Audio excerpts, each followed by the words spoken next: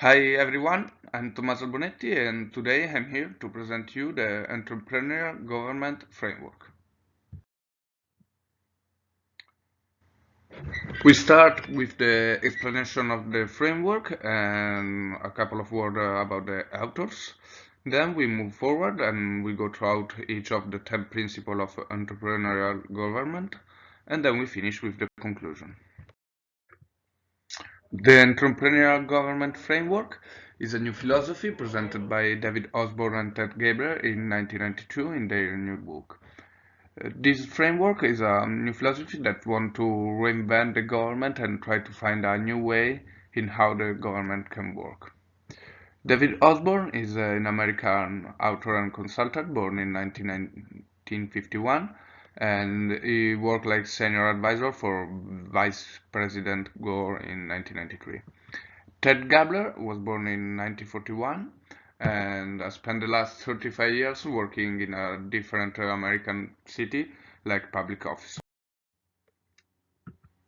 The author in their framework say that government institution could and should compete with profit business, no-profit agency, and work together with these other institution to provide service to the citizen.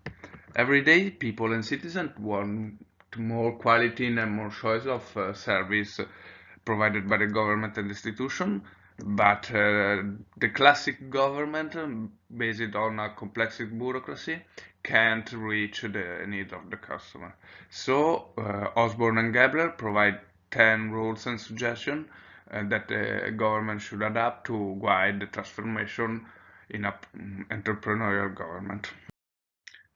The first rules principle of entrepreneurial government is called catalytic government and say that a government should steering instead of rowing. This means that a government it should not compete against private sector and no-profit sector, but it should try to provide a guidance and a direction for these two sectors and leave to the private business the production of goods and service. If these three elements, government, private and no-profit sector can work together, they can provide innovation for citizens at a lower cost. The second principle, called community-owned government, talk about empowering instead of serving. Means that the community should take the control by removing the barriers.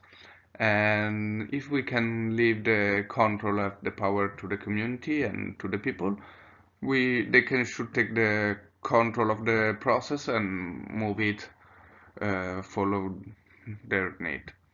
At this point, it's important that the government stay in place with a structure against the corruption that could be occur. The third principle talk about competition and say that a government should inject competition inside the service delivery.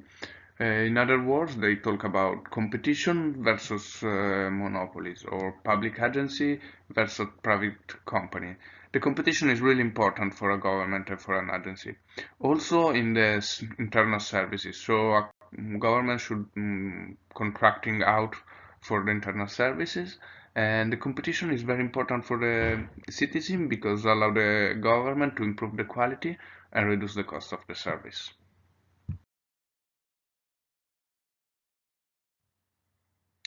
Moving forward, the authors talk about mission-driven government.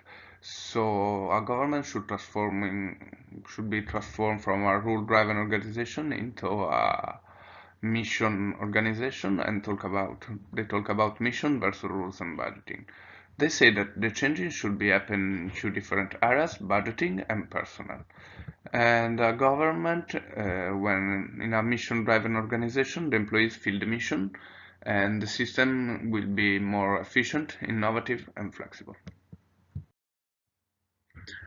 The fifth principle is called result-oriented and say that a government should be oriented to the outcomes and not to the input.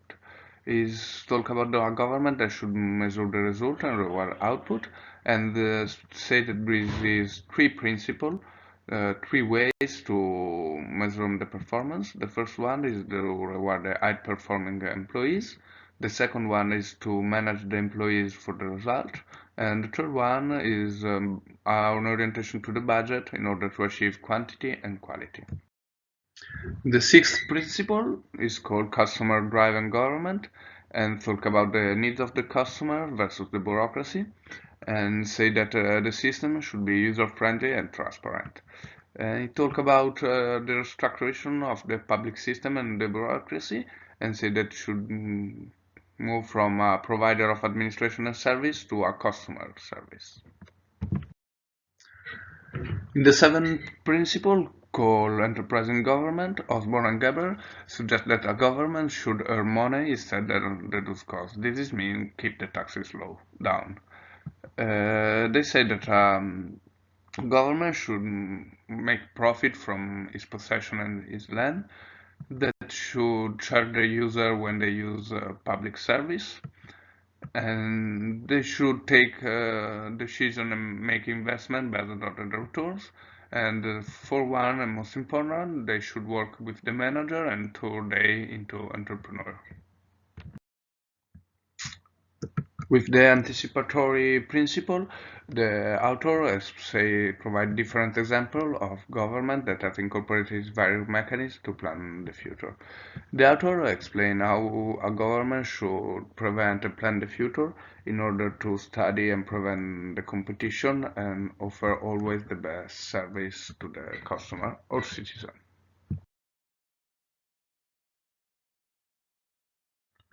With the decentralized government principle, the author tried to explain how the teamwork is a key concept to the success of a government and say that they should change from a hierarchy structure to a teamwork structure.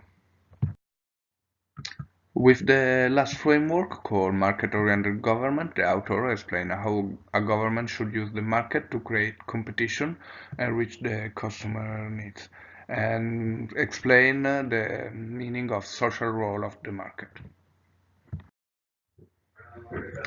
In conclusion, the theory is adapted from diverse here in different governments around the world, and it's easy to apply to a small city and small government. On the other side, it's not always possible to apply all 10 principles to a single government. The key concept of the framework is competition, market mechanism, team working, customer needs, earning versus spending, and planning the future. Thanks for your attention.